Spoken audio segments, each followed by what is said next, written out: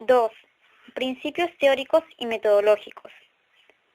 Posiblemente uno de los postulados más importantes de la lingüística cognitiva, y de hecho, el que le da su nombre, es la premisa de que el lenguaje es una capacidad integrada en la cognición general.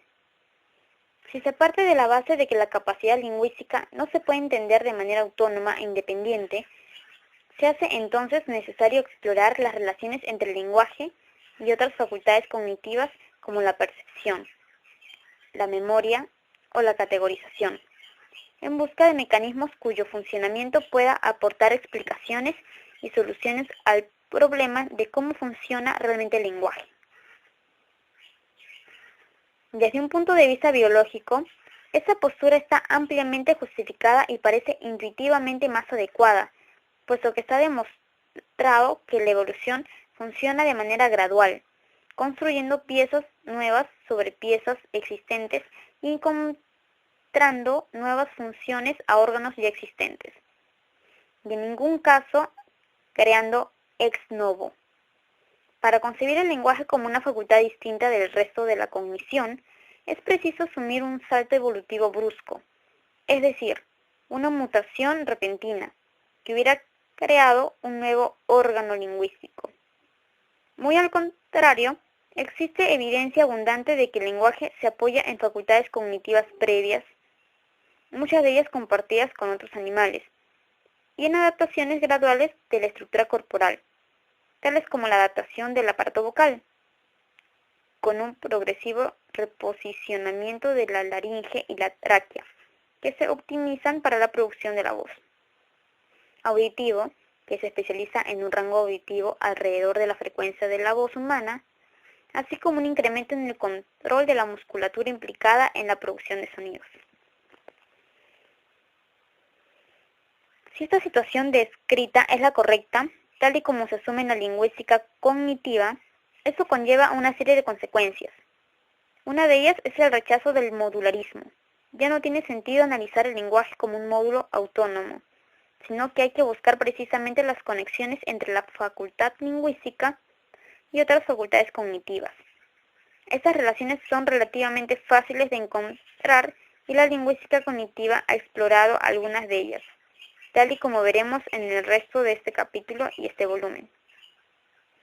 Por ejemplo, para pasar de sensación a percepción, la información que es filtrada por la atención del animal perceptor y que le informa del estado del mundo, utilizamos estrategias como la segregación de la información en figura y fondo. Como no podemos procesar toda la información perceptual, utilizamos nuestra atención para filtrar o seleccionar aquella información que el organismo juzga más relevante en una determinada situación. Este mecanismo tiene una base automática e inconsciente. Por ejemplo, los sonidos repentinos o de mayor volumen y los objetos en movimiento atraen de manera automática nuestra atención, convirtiéndose de manera natural en figuras frente a un fondo menos relevante, aunque podemos modularlo de manera consciente.